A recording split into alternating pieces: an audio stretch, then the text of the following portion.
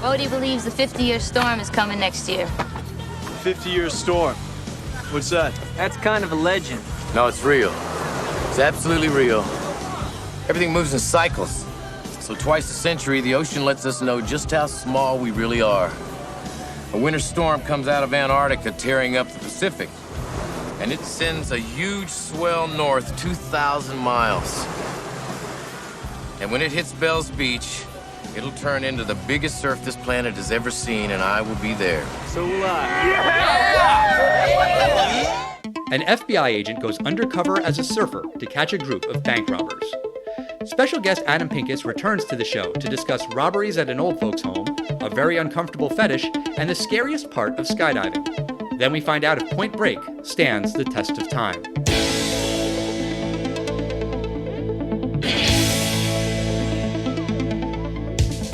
Test of time, James and Alan have their say. Do the movies you love still hold up today? James says Gladiator with a glutton. Alan says as a father, blah blah. It's the test of time, James and Alan have their say. Do the movies you love still hold up today? Test of time, James and Alan have their say. Do the movies you love still hold up today? Hello, everybody, and welcome to the Test of Time podcast. My name is Alan Noah, and I am joined by not one, but two people here today. Who are you there across from me? What's your name? I'm the guy you've done 250 whatever so podcasts with. You know, take a wild guess. What's my name? Oh, well, it's 262, and your name is James Brief. And joining us for the sixth time is Adam Pincas. Welcome back to the show, Adam. Wow, what a round of applause. Thank you. I didn't even clap. I was just too busy talking. James is really loud. Why don't you clap, Al? Okay. Okay, now it should sound better. Thank you. Once James and I started recording in person again, it occurred to us that we could have guests on the show as long as they're vaccinated. And, you know, you showed us your vaccine card. We called your physician. We verified all of the information. We ran it through the database. And we also got titers on him to check his antibody levels. Oh, you did? Is that what you guys were doing before? I get blood tests from everyone before I allow them to come over. Well, that's smart. So then I happened to look on my little Google Doc of movies with anniversaries, and I saw that Point Break is celebrating its 30th anniversary. And I know that you love Patrick Swayze in general, but also specifically this movie. I do. This movie hits the sweet spot of a lot of things I enjoy about movies, and also just the time period. I feel like it was like on Sunday afternoon, Saturday evenings, or whatever run on Showtime or HBO, so I've seen it 800 million times. But yeah, it's also, as I think I've spent a few hours on this podcast in the past, explaining my love of Patrick Swayze and his little mini run from like the mid 80s to, unfortunately, sort of ends with about this movie of just his utter dominance over the Hollywood box office. But I love Swayze. He's a great movie star, and you kind of forget that Keanu Reeves really isn't that great in it. But Swayze more than makes up for it and teaches Keanu how to be the future Keanu that he will be. James, why don't you just remind our listeners what Point Break is all about? Point Break, we should point out, this is the 1991 version that we're reviewing today, not the 2015 remake. Mm-hmm. This is about Johnny Utah, played by Keanu Reeves. He's an FBI agent investigating a series of bank robberies in Southern California.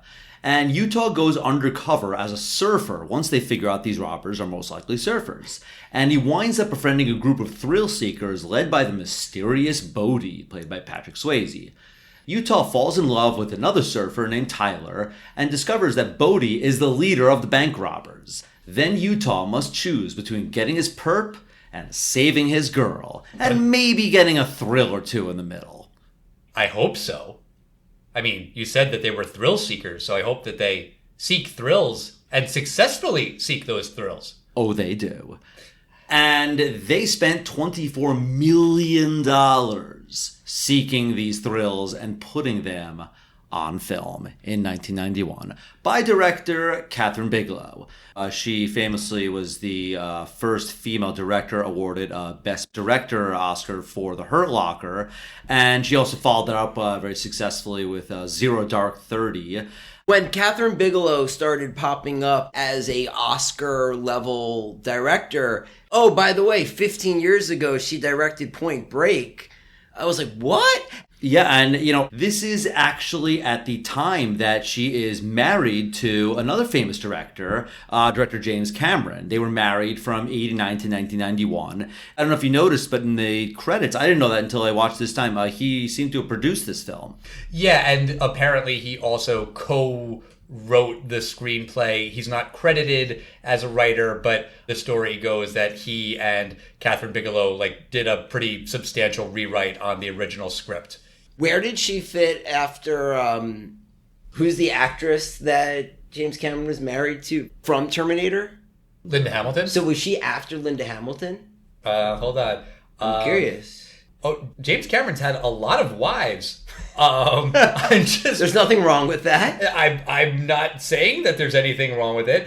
He has been married 5 times. He was married to Sharon Williams from 78 to 84. Then he married Gail Ann Hurd. They divorced in 89. Then he met and married Kathryn Bigelow in 1989. They divorced in 1991. Then he started a relationship with Linda Hamilton. They were married in 1997. They separated after 2 years of marriage, and then he married Susie Amos, his 5th wife, in the year 2000, and I guess they're still together? So that's a good run if they're, Hey, good for him. 21 years and counting, but on wife number 5, he got it. So, okay. Good on him. All right, so you said the budget of the movie, James, but how much money did it make? Was it a profitable investment? The film was made for $24 million, as I said, and it opened on July 12th, 1991. It opened at number 4 with $8.5 million. Number 1, that film. This is July of 1991. It's certainly on many lists of the best sequels of all time, released in summer of 1991. Oh, boys. Die Hard. You're in the right genre, and the right genre of leading man actor, but the wrong co-founder of Planet Hollywood. Oh, wow. So, Stallone? You're Schwarzenegger. There you go. So Schwarzenegger. A sequel. Wait, Terminator 2? That's right. Well, actually, Al, would you like to correct them? I believe the full title is Terminator 2, Judgment Day. It feels unlikely that we'll look back at the summer of 22 and be like, oh, wow, there was 4 amazing movies that were all released in a 2-week span. But it seems like at back then, it's they used to come out in chunks. Oh, yeah. So this film, as I said, $24 million budget, opened at number 4 with $8.5 million, wound up grossing $43 million domestically, $85 million worldwide. And I found this to be interesting. U.S. rentals for the film grossed $20 million, and worldwide was much higher. That makes a lot of sense, because even in the 80s, I feel like a lot of the movies I just watched on television as they were syndicated, or we would record it on VHS and then I'd rewatch it. It wasn't till the 90s that I really remember renting movies or even going to the library. There was just these kind of movies sitting there waiting to fill this new market of the rental industry. Yeah, so let's get into this film.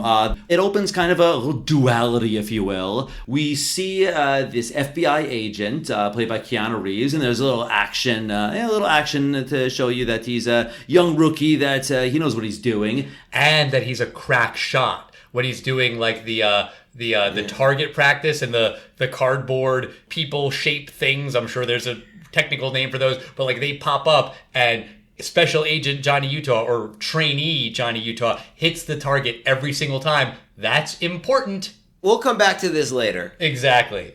And we also see another figure surfing in the California sun. We don't really see the face of this character, but you know that these are the 2 characters that we're being introduced to. I believe it's Swayze's name coming from the left of the screen and Keanu Reeves coming into the middle. And then as they touch, they sort of the colors blend and then their names come out opposite colors on the end. And I think it's sort of setting for the way that these two characters and their roles throughout the movie. It's definitely a this guy versus that guy kind of movie. You know, they're on the same side at times, but their relationship, and you could say it's these two stars sort of head to head. You can make the argument that, you know, possibly due to Patrick Swayze dying so young, Keanu Reeves arguably is the bigger Hollywood star as it turned out, you know, the Matrix trilogy and everything else he's done. But Patrick Swayze at this time is probably the bigger star, having had, you know, such success with Dirty Dancing, Ghost, and let's not forget, Ghost was nominated for Best Picture. So, you know, he is really riding high. No, and I think I've said this when we did the last Patrick Swayze movie, but I think starting in 83, and these are the good movies, there's a bunch of bad ones. Outsiders, Youngblood, which is a hockey movie, which is good if you've never seen it. Dirty Dancing, Roadhouse, Ghost, Point Break. And then it's sort of, so there's a few in there. I think Tu Wong Fu was successful in some circles. Right. I actually never saw it.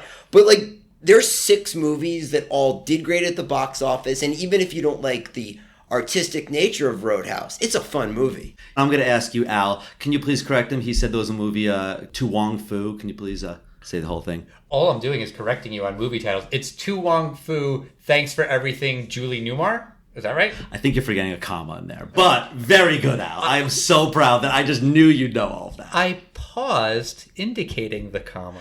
You're the one who started the whole word saying every colon. So, I thought you started that. We'll check the tape. Yes, we will.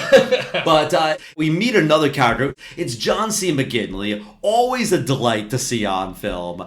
He plays a lot of different kind of guys, but here he's your curmudgeon-y FBI chief.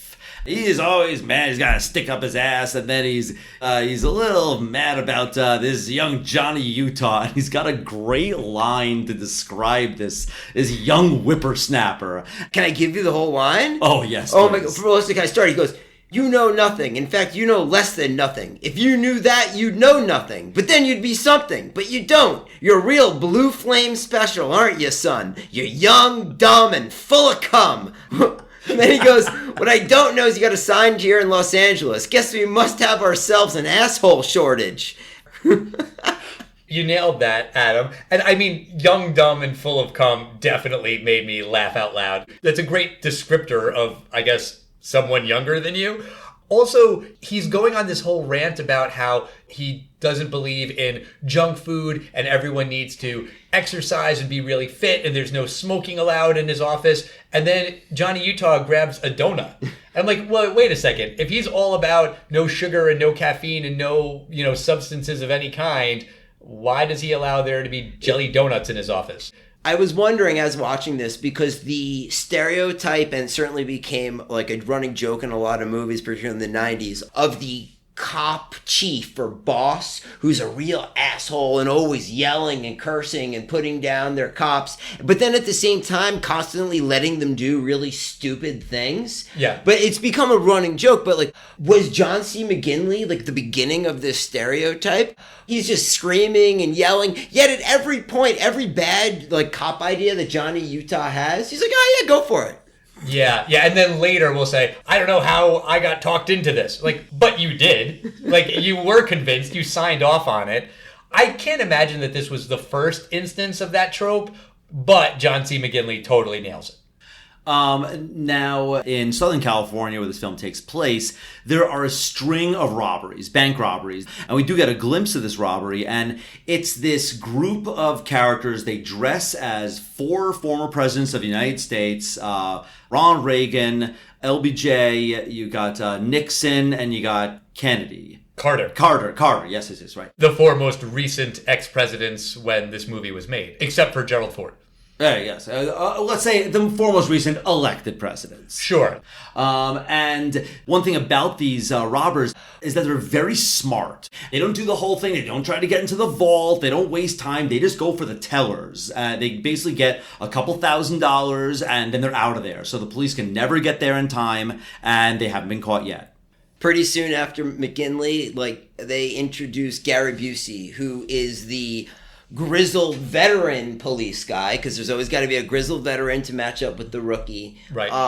They introduce him quickly. He's kind of like a wise ass, hard ass, but They quickly get thrown on the case, and there's a scene which it's not good, but Keanu's trying to get Busey to talk to him, and Busey's like, "Oh, kid, you know nothing, blah, blah, blah, blah, blah." And he gets him all riled up about something, and he's like, "I want you to feel something. What's your take?" And Busey all of a sudden comes out of nowhere, and he's like, "The bank robbers are surfers." You're right. It's weird how, like, there's this big fight between Utah and Pappas. That's the name of Gary Busey's character.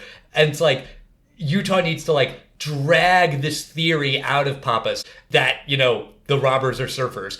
They build that up into this whole big thing when Pappas should just tell his partner his theory about the robbers. Like, it shouldn't be like a whole thing. But you're right. It's like, it becomes like this shouting match. It almost looks like it's like by the Griffith Observatory, where you have like that shot that's in every movie of like downtown LA. I mean, it's a cool looking shot, but did they need to have this scene? Or could they just be in the office and say, "So here's my theory about the robbers. I think they're surfers. Look at the tan line." Right. Why are they at Lover's Lane? It's basically a makeout scene. And the thing is, you're exactly right. His reveal is not something outlandish. Like, you're never going to believe this. They're Soviet agents who brainwashed Americans. No, he's like, they're surfers. Okay. Exactly.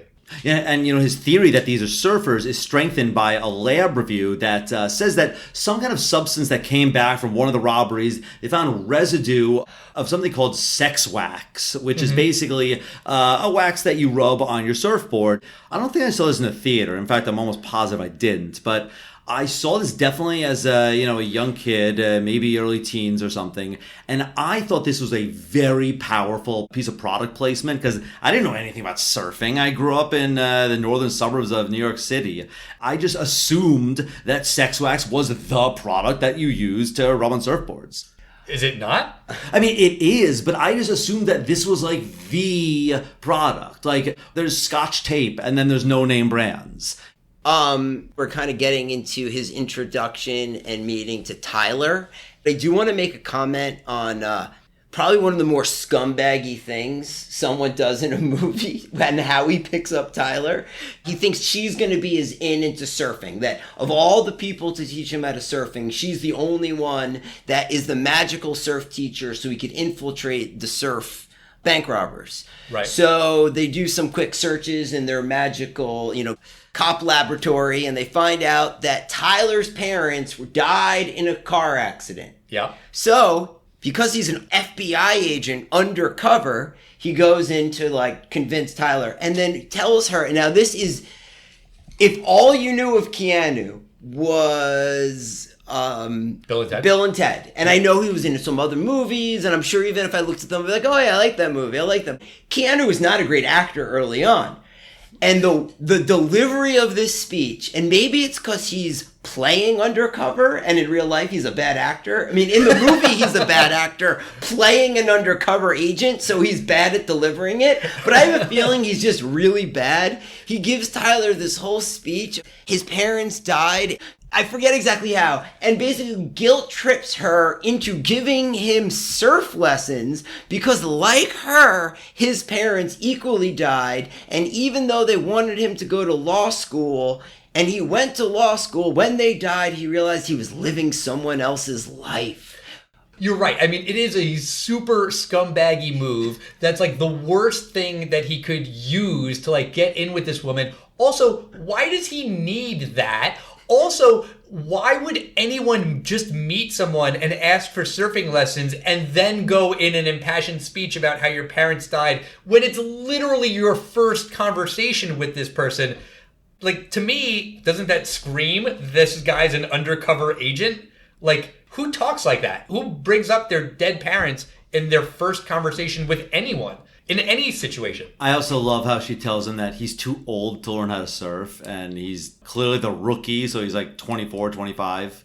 Yeah. But also, to your point, Adam, about him being undercover and being bad at undercover, from every other movie and TV show I've ever seen where someone goes undercover, they get a new identity. They get a new name. They develop a backstory. This guy is Johnny Utah, the same name, And he's instantly recognized when he meets Bodie and all the other surfers because he played college football. And they're like, oh, I remember seeing you on the Rose Bowl and you had a great career in college football, but then you blew out your knee.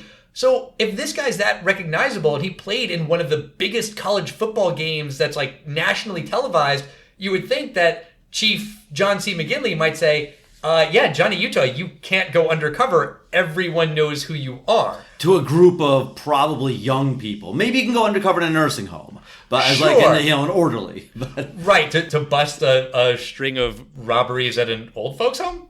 yeah, exactly. But he does. He goes undercover, and initially Tyler's giving him some lessons, and there's a montage. He's getting a little better, and he's going out one day, and he learns a rule, I guess, which is don't get in the way of someone else's wave. And he gets in the way of someone else, and this guy punches him in the face and cuts the cord off of his surfboard. There's like surfer gangs. Like, Oh, yeah. there's some hoodlum surfing. Yeah, these are basically neo-Nazis. Did you recognize who one of the Nazis was? Of course. Yeah. Who doesn't? Of course, it's Anthony Kiedis. That's not news, right? We all knew Anthony Kiedis was in this. Yeah, sure. I mean, it's Anthony Kiedis looking like peak Anthony Kiedis with the, like, Anthony Kiedis dreads. Anthony Kiedis has a mohawk, but then he's got sideburns, like shaved along the sides, but those sideburns are then braided into two long braids.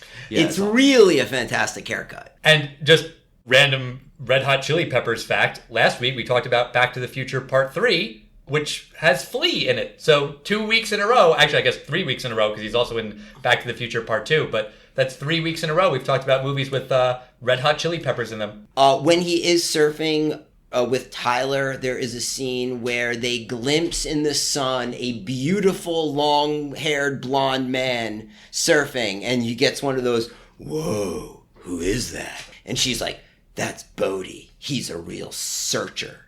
I mean, his name is Bodhi, so you get the idea that he's kind of like a spiritual guy and he's got a code. Well, they say that, right? That Bodhi is short for, I'm going to butcher the pronunciation. Yeah, I looked it up.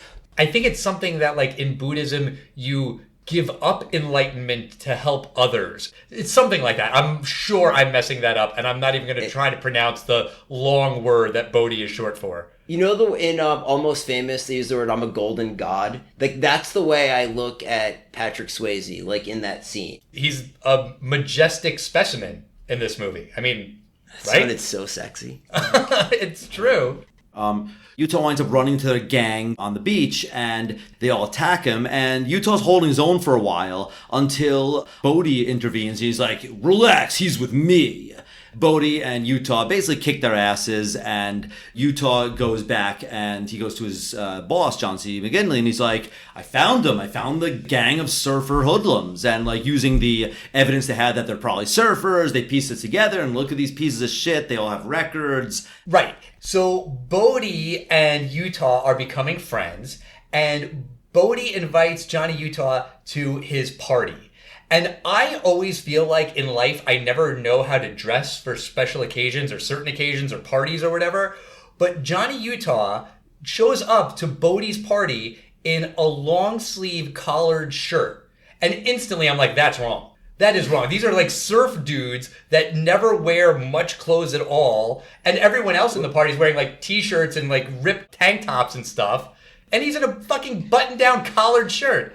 I think I know why he's wearing that. Because they are scheduled the raid on the potential bank robber gang. And then he has to go to this party. Busey even says, like, get a good night's sleep. You got an early morning tomorrow. Is it possible he wears what he needs to wear to the raid, to the party? Either way, he shows up to the surf party, right? And then they party out, he hangs out with the girl, and then they go night surfing. The night surfing scene is amazing. It is really impressive, and I was just watching it thinking, how the hell did they shoot this? How did they light this? I mean, it's dark, but you can see everything that happens, and I was just really, really impressed by the entire scene, as was Johnny Utah, because what does he say? It's Keanu Reeves, so what does he say? Whoa. It's a perfect Keanu Reeves whoa. And also in the scene, Bodhi talks about the 50-year storm, which is like this perfect storm where you get the biggest waves in the world that comes twice a century to Australia. And it's real, and he's going. This is also important for later. I'll just say, from this point on, this movie basically is awesome. That's your hot take? That's my hot take. Speaking of hot takes, that's not really a good segue, but you know what else happens at this scene? Tyler and Johnny Utah.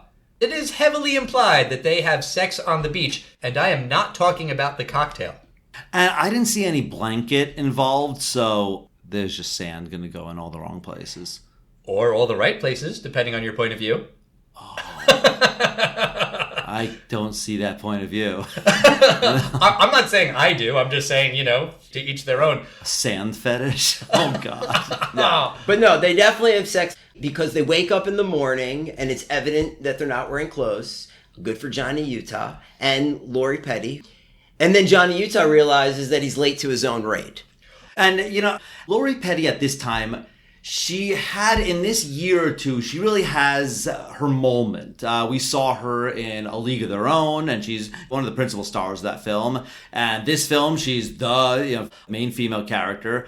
And then I think it's the next summer, she's going to wind up starring in a big kind of summer film. And it was based on kind of an underground, the comic called Tank Girl. And it was that summer's huge notorious flop. And I always feel bad when some actor has one big flop and just tanks their career. Tank Girl. But Lori Petty, she was pretty big for a while. She's beautiful. She's good in this movie. I mean, I think they don't give her a ton to do. It's really more about the relationship between Utah and Bodhi. The love story is there. I just made air quotes when I said love story. It's not really that important an element of the movie. But after this night with Tyler, he goes to this raid because he thinks that Anthony Kiedis' gang is the bank robbers. Neo-Nazi surfer gang. Right, it makes sense. But I could not, for the life of me, understand why Utah would be at this raid. And Pappas, he does say, well, you're only here as a last resort. We don't want to blow your cover. Well, then he shouldn't be there at all. Or put on a ski mask. It's so easy. No, you have the FBI. You have many agents. We see their office. It's a big office filled with many agents. If you need local law enforcement to back you up, great. Johnny Utah should not be there. I disagree with that. I mean, he has information they might not know on site. He could point out people, but you're absolutely right that there's no reason he should be in basically a t-shirt running around. On a few occasions, Johnny Utah and Pappas, it's just them. Even there's a key scene later on in the movie where they think something's going to happen and something happens. They're the only two people there. Call someone else.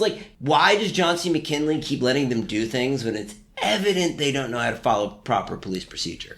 But nitpicking. Get back to the action. No, I mean, it's weird that he's there. And of course, the reason that Johnny Utah is in the scene is because he's Keanu Reeves and he's one of the stars of the movie. And we want to see him in this raid. And just seeing Gary Busey shoot at Anthony Kiedis is less interesting. It's more fun when you see Keanu Reeves get into a fight with one of the guys and he's holding his face right up to the lawnmower blades. That's a great scene. A lot of tension. You get really anxious watching that. The next door neighbor turns on the lawnmower. So, of course, now the radio systems don't work. The way Bigelow really films all of these little things, the quarters of the house are really small. Yes. The doorways are small. The lawnmower is really loud. No one could communicate. And there's chaos. It's a well-filmed action sequence. And we find out at the conclusion of this raid that these were the wrong guys. And, of course, the three of us knew what the conclusion of this was, that as Utah realizes shortly after this, that it's Bodhi and his gang. But my girlfriend watching this, she didn't realize that. She thought, it's going to be these neo-Nazis. And she thought that Johnny was going to need the help of Bodhi and, he was going to help him take down these robber surfers. So it is well done that you don't know it's Bodhi. Because I was watching to see if we could tell, and they don't give away at all that Bodhi and his gang are the robbers in the beginning. There's this great Keanu scene where it's after the raid goes bad and they're sitting in the police office and Keanu is just going, fuck. he got it completely wrong. He's mad at himself and he's beating himself up, and he starts to suspect that it's Bodhi and his crew that are the ex-presidents, because in like the surveillance footage of the ex-presidents doing a robbery, one of the guys like moons the security camera, and then while he's hanging out on the beach, one of Bodhi's friends, I forget the character's name, forgive me, but he moons someone, and so that kind of like helps him piece it together. And then he's explaining to Papas that he followed Bodhi around. And what did Bodhi do? He went to Tower Records to buy CDs. And I'm like, ooh, I'm going to make a note of that for my snarky little thing to say on my Test of Time podcast, because, you know, Tower Records to buy CDs. But then where did he go after that? He went to Patrick's Roadhouse for lunch. And I'm like, come on. Sometimes, you know, characters will make references to an actor's other movie within a different movie. But Patrick's Roadhouse, about the character played by Patrick Swayze, the star of the movie Roadhouse, I'm like, that's really, really terrible. But then I looked it up, and Patrick's Roadhouse is an actual real place that geographically makes sense for this character to have actually gone to. That's amazing. You know, the next scene, this is the scene where Utah and Papas, they're staking out the banks and they're waiting to try to catch these presidents robbing. And ultimately, they do. Utah's like, FBI, freeze! The chase scene after this bank robbery is amazing. It's so good. The camera work, the quick cuts, it's phenomenal. I couldn't take my eyes off of it. And at one point, the lead bank robber, who we assume is Bodhi, but in the movie you only see is a guy wearing a Ronald Reagan mask, and apparently it was not really Patrick Swayze, it was his stunt double, because one, I think he was doing press for Ghost, and also, why would you make Patrick Swayze do all this stuff? Like have a stunt double do it? But at one point, this guy in the Reagan mask throws a dog at Utah, and then Johnny Utah kicks the dog. And there's a yelp, I believe. Yes! Yeah. And I mean, if you think about Keanu Reeves in John Wick, who loved his dog more than anything, here he is, 20-something years before, drop kicking a dog. I mean, he kind of had to, but still, like, not cool. I'm with you. And now we watch action scenes and, like, it's always, can we up the ante? This scene, it's not really like crazy things happen, but it's the way it's filmed, I think, is really done well to make it a good scene. And it's not that the actual events of the action scene are so insane or so crazy or unrealistic. This is very Paul Greengrass-like, if you've ever seen any of his films. He directed the number 2 and number 3 Bourne Supremacy, Bourne Ultimatum films. This is a lot of his quick shot style. The scene basically ends in, you call that thing what? It's the LA Causeway, the LA River or something. That's what you call that. Terminator 2. Yeah, it's that alleyway area that people have seen. And Ronald Reagan, he's climbed up the fence, and Utah, he's jumped down, but he's hurt his knee, presumably re-hurt the knee he hurt in college. Yeah. And he's got Reagan dead to sight. And just like you did make a reference earlier that he's a crack shot from the opening scene.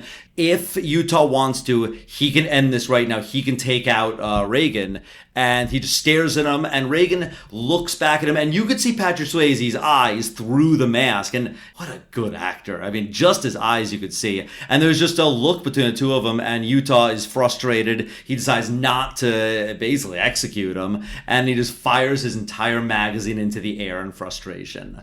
It's like the screaming is physical and internal pain over having to be put in the situation where he basically just had to shoot his little guru, his surf guru. Right. And the thing is, he can't shoot his friend. It's not officially confirmed, but he very strongly believes that this guy in the Reagan mask is Bodhi, and he won't do it. And then if it wasn't crystal clear enough for you, the audience member watching this movie, then in the next scene, Papas is yelling at Utah, and he says, "You don't miss your shots. I know that you never miss a shot. So you're telling me that you miss this guy? If you ask me, you're getting too close." Which is another trope of a movie where someone goes undercover to nab someone, but then he gets close to the person he's trying to nab. You've seen that in a million movies. And yeah, that's the problem, is that Utah is getting too close. And then Papas then says, "Go home, sleep it off, and if I hear anything, I'll beep you," which I made a note of that because test of time. Then we're back at Lori Petty's place, and basically he's all beat up, and he's like, oh, I got hit by a car, hit and run. They have a fight because Lori Petty finds his FBI badge and then realizes that he's an asshole because said that his parents died when they didn't. Right. She books it, but his knee hurts. He can't chase her. All that happens really, really fast. Like, a lot plot-wise happens. Yeah. And then we see Bodhi and his friends without the masks, and they're talking about the robbery and how they almost got busted by Johnny Utah. So now we know for sure it is these guys. And they're like, all right, well, now we know that the FBI is onto us. We leave now. And Bodhi's like, no, I've got a better idea. And then boom, all of a sudden Bodhi's knocking on the door, and he's like, yo, Utah, we got to go on a trip. And we're off skydiving. But, like, it doesn't make any sense. Why would Utah go with him? Again, he doesn't 100% know that it was Bodhi in the Reagan mask, but he's pretty damn rush. sure. He's going for the rush. Right, but it just doesn't make sense why, because everyone seems to know that they each know. Oh, yeah. So it is very weird. However, I think from Bodhi's point of view, he takes Johnny up in the airplane so that they can distract him, so that they can kidnap Tyler and that, make the video and everything. But from Utah's point of view, I was thinking this is crazy, but I give the film credit. Right when they get in the airplane and they're thinking they're going to jump, I'm thinking, well, the obvious thing is they're just going to fuck with his parachute. Utah's basically like, so who packed my parachute? And everyone's like, we're not fucking with your parachute. Take, like, anyone you want. No, it's a good scene. They all trade bags, so you don't know whose bag was whose in the beginning. But Utah even comes out and says it. I think he goes, Bodhi, the game's over. I'm a fucking FBI agent. Like, he flat out just, like, says that at one point, I think. No, he says it, I am an FBI agent. Like, that's how he says it. Yeah, but he says that after they go skydiving and after Bodhi shows him the videotape of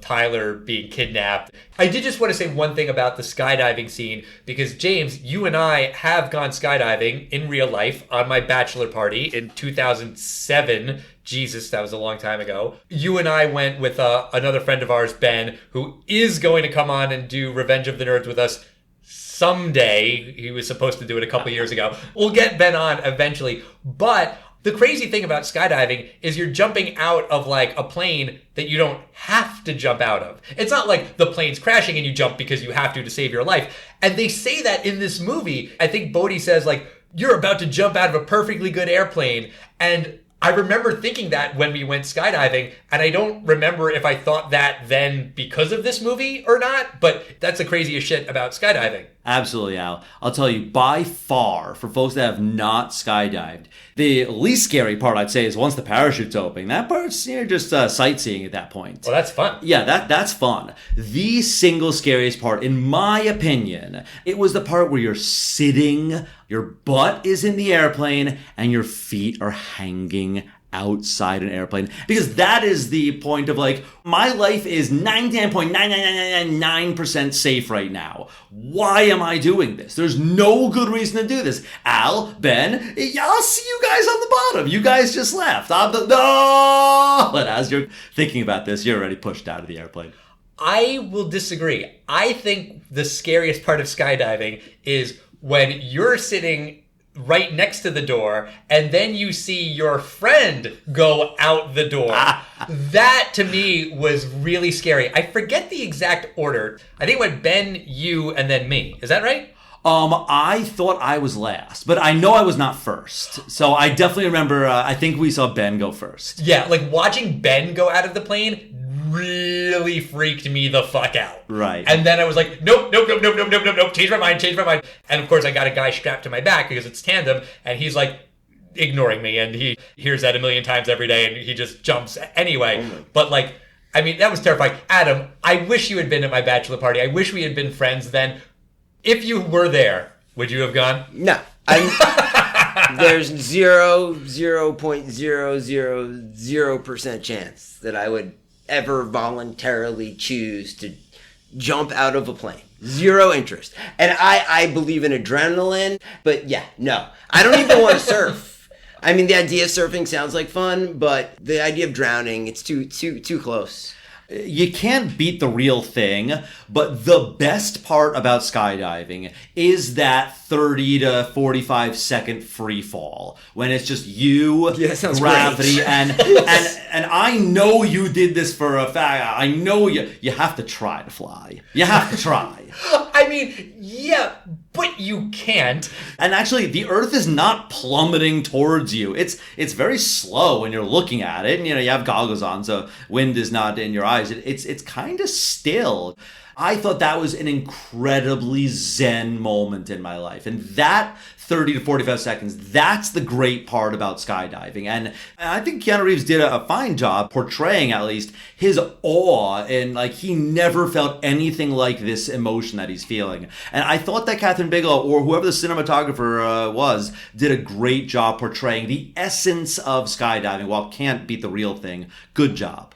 The visuals are great. The essence is great. But Keanu Reeves in the beginning of this movie is kind of defined as he's this ex-football player who then busted out his knee, went to law school, became an FBI agent. He's all serious and catch the bad guys. He even says, he's like, I don't want to learn how to surf. I'm a FBI agent. He never surfed before. Then he falls in love with surfing. He's also never skydived before. So all of these things, and part of it, I think, for Bodhi is introducing this world to Utah, because he also even says he sees something in Utah. He sees this desire for this adrenaline junkie.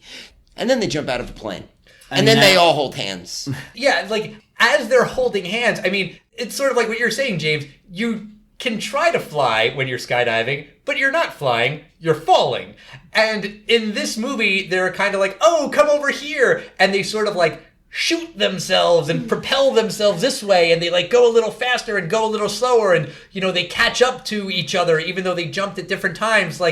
You can't really do that. Yes, you can. You've never seen acrobat. You could go on YouTube right now and see all that stuff. But aren't those professionals that have wings under their arms and stuff? No, they're not professionals. I mean, there are professionals that do this, but they do this stuff all the time, like jumping over the Olympic city, and then there'll be a ring of the Olympics. The divers are wearing the Olympic colors. They do this stuff all the time. You absolutely can control it. We couldn't. We were tandem. We're just a brick falling down. Okay. All right. Fair enough. That was convincing, and you're a doctor, so I believe you, but you may have just made that up. No, it's definitely real. There's no CGI in this film or the remake in 2015. But right after they land, Bodhi's like, I got something, it's gonna sting. And he shows him a VCR recording of some guy who's kidnapped Tyler. And essentially, the gang is telling Utah, you have to come with us on one last robbery. And Utah's like, call that guy and tell him to release her. And he's like, I can't. Where they're going, they don't have phones. I have to meet him.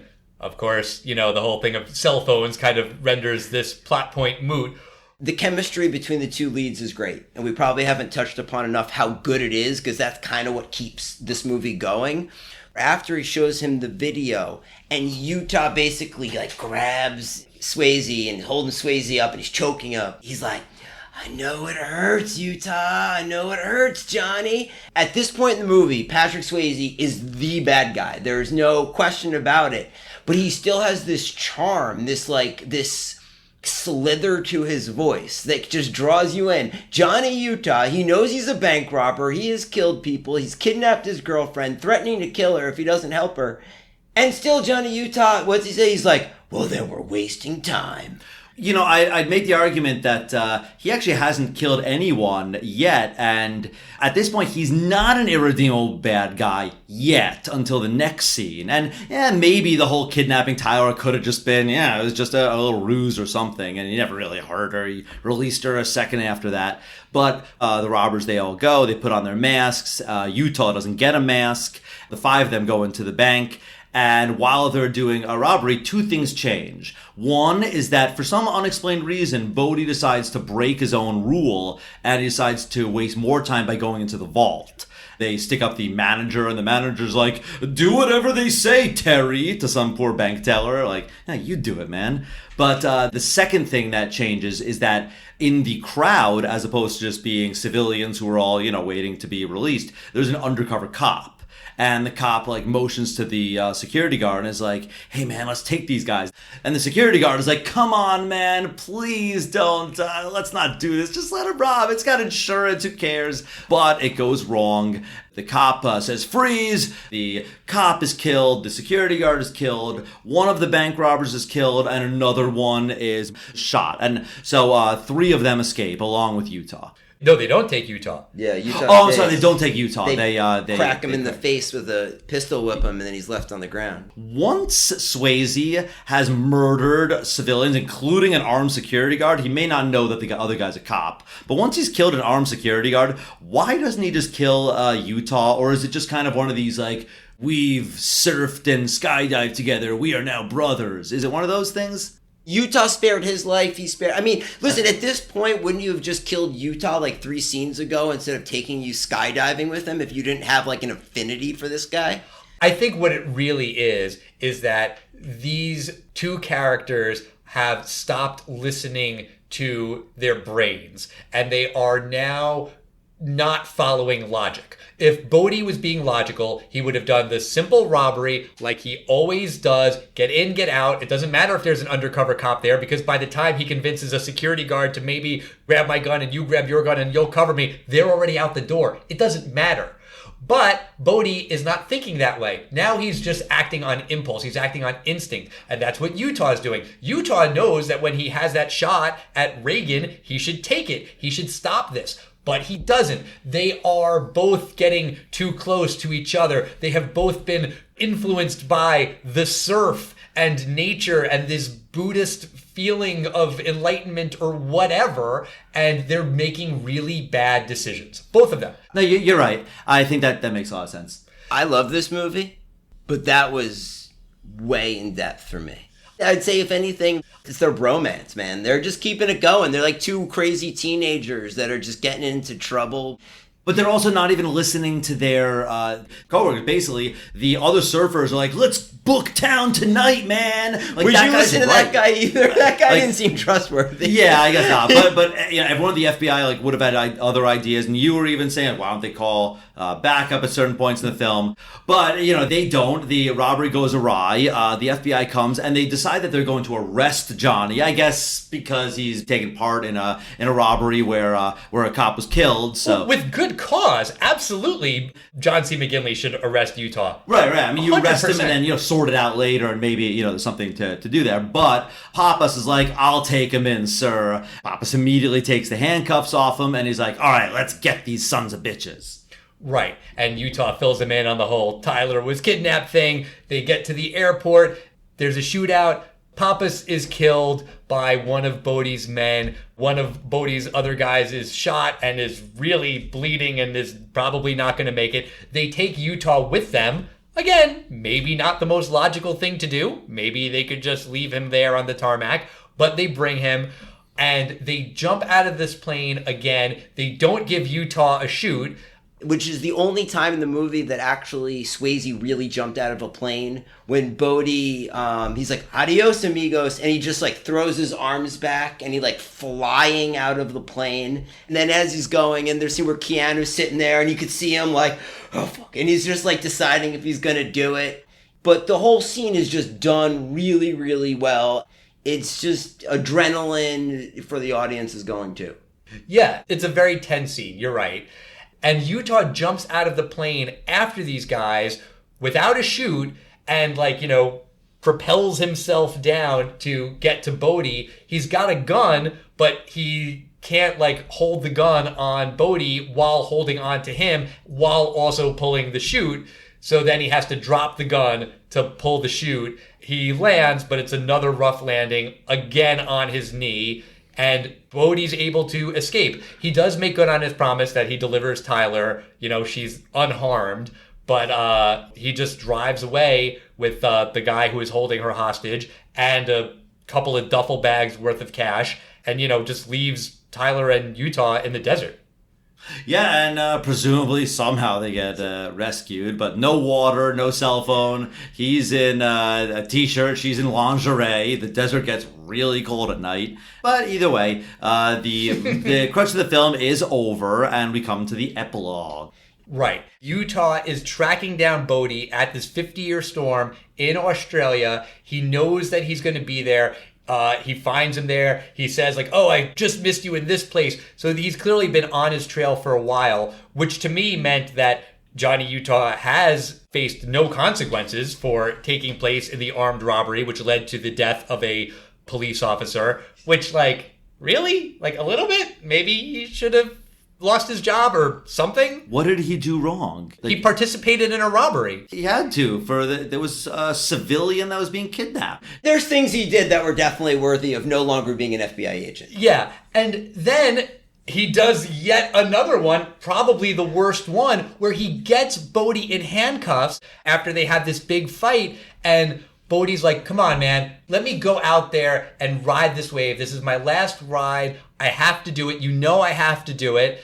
And at first, Utah's like, no, you've got to go down. You made mistakes and people died. And he's right. As an FBI agent, he has to bring this criminal in. He has to answer for his crimes.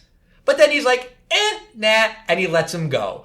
And he knows that he's going to die, but that's not okay still. Like, the family members of that cop who died in that bank robbery, they want justice, and the guy who presumably died in a wave and they'll probably never find his body, that's not justice. That's not what an FBI agent should do. But then he decides he's not an FBI agent anymore. He throws his badge in the water and walks away. Like, okay, cool, but what?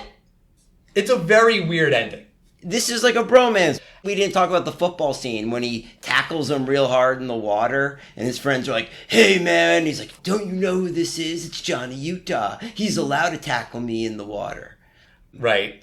There have been think pieces written about the movie's homoerotic undertones, which are definitely there. It's part of the reason why I like it. Since we are at the end of the movie, Adam, and since you are our very special guest, for the 6th time no less, do you think that Point Break stands the test of time? I do. The first, whatever it is, I would say the first third of this movie is definitely not great. It's really corny, and it's all the things about like bad Keanu movies and some late 80s, early 90s bad action movies, melodramatic that you would expect.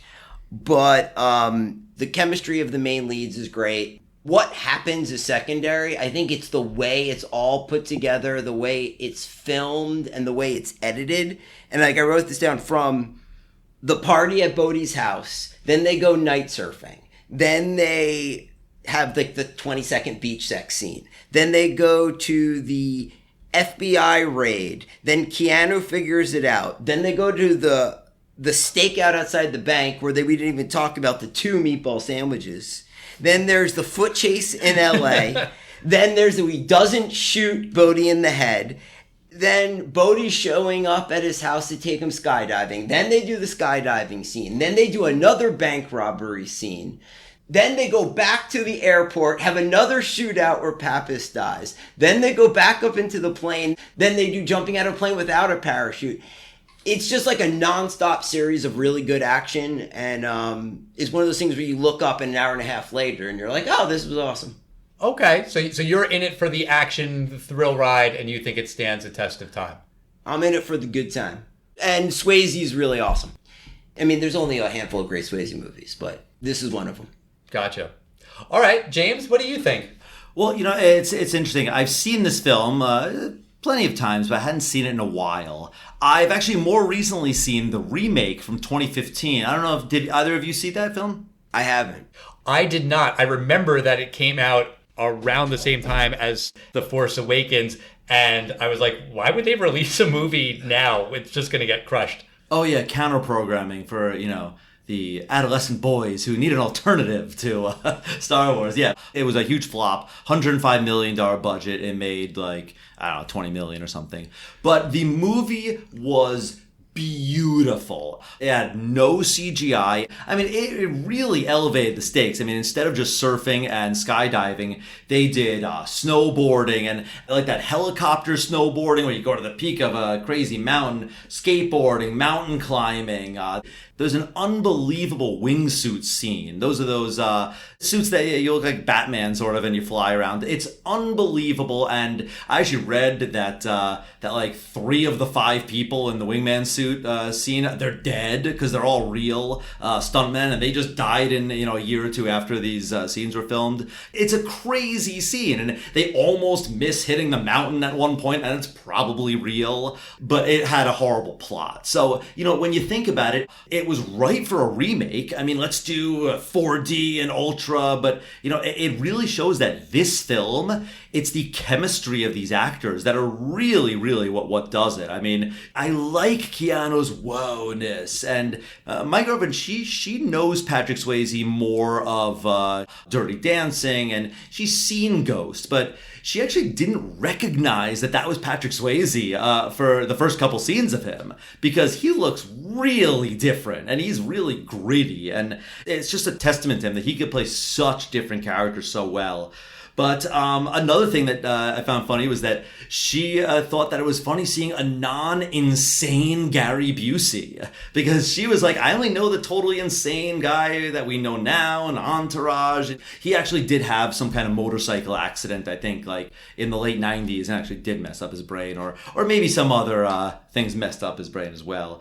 One thing that stands up, there was a Mythbusters episode about this movie, and there's some stuff that might not stand up, but Keanu catching up to Bodhi is possible, theoretically, by doing all those little stunts that they can do.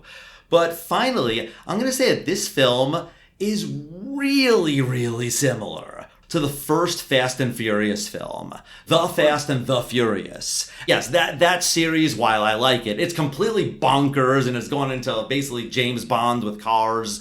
The first film is really this film, almost by the numbers, to the fake gang that they think they're the robbers. They do a raid and it goes wrong and their chief is mad at them, and the love interest that sleeps with them and gets him in there, and he gets too close to the FBI agent. And I like that film. I like this film. I think it's really well shot. I think the second half of the film is stronger than the first half.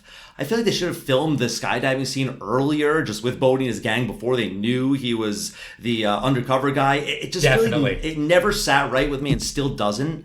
Yeah, other than that scene, I think the film is really fun. And I think that, even in light of it beating its better, more quote-unquote beautiful and, more upping the stakes sequel, I think this film, 1991, does stand the test of time. So 2 for 2, Al. What do you think? Does this film stand the test of time? One thing that I'm going to say right off the bat that doesn't stand the test of time, I don't think your average person would know what LBJ looks like today. Like an average movie watcher, you probably would, James, because you're smart and you know this kind of thing. I don't really know that I know what LBJ looks like, except from the fact that my daughter has a placemat with all the presidents on it. Nixon, Reagan, Carter, I can recognize those guys. LBJ, I don't know. If you showed me like 5 guys and said one of them was LBJ, I might get it right, but I might not. I also just want to mention something about Gary Busey, because our listener, Michelle D., who follows us on Twitter, after our Back to the Future episode, she tweeted a video of Thomas Wilson, the guy who plays Biff, who does like stand-up, and he's doing like a little riff on like the questions people always ask him, and he's like, is Michael J. Fox nice? Yes. Was the manure real? No. And like one of the questions is like, who's the biggest jerk you've ever met as an actor? And he says, Gary Busey. And you can find stories online where apparently he is just insane and not a nice person. But since we were talking about him, I wanted to mention that. I do think that there's a lot of stuff in this movie that is frustrating in terms of like the plot, where it's missing these things of like, why are these characters doing the things that they're doing? Point Break refers to surfing, but we're also seeing these characters and their breaking points. I get all of that, but I think you used the perfect word, Adam.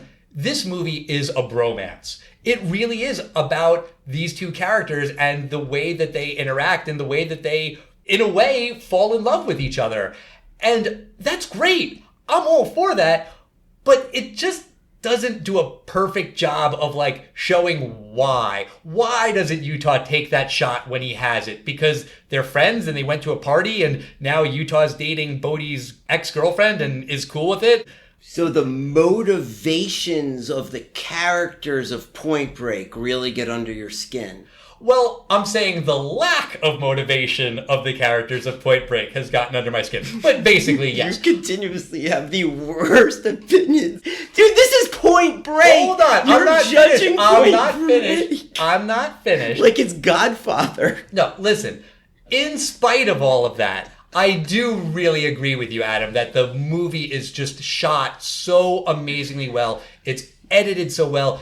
It is put together beautifully. And I totally agree with you that the second half of this movie is just nonstop, edge of your seat, great action sequences, like in a row. And it's really, really entertaining. And even though I have problems with some of the dialogue and some of the motivations and some of the connective tissue, I really do think could be stronger. I'm going to say this movie does stand the test of time. It's just incredible to watch. It just really is just entertaining on every level. We should also mention the name Johnny Utah, which is an unbelievably great name. And I think I cracked the formula.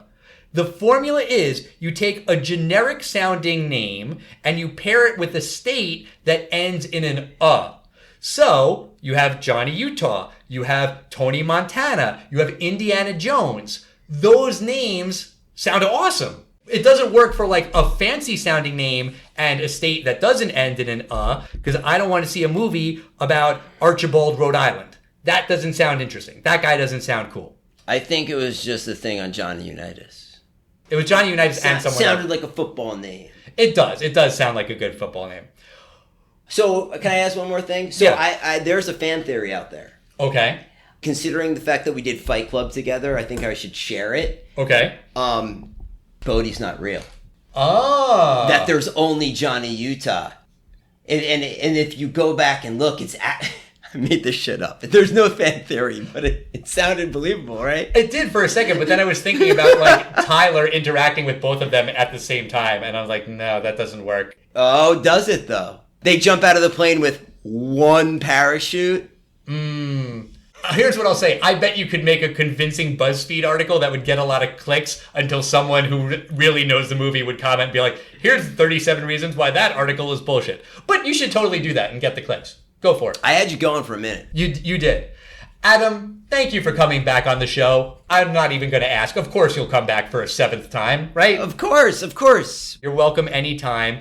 That's going to do it for us this week. Next week, we are coming back to talk about Space Jam, the original movie with Michael Jordan, in honor of the new movie that's coming out with LeBron James. Stay tuned for that episode. You don't want to miss it. In the meantime, keep the conversation going with us. We are at Test of Time Pod on Facebook, Twitter, and Instagram. We love hearing from you. You can email us at thetestoftimepodcast@gmail.com. And we'll see you next time, everybody. Goodbye. Bye. Bye, everyone. Thanks for having me to the pod.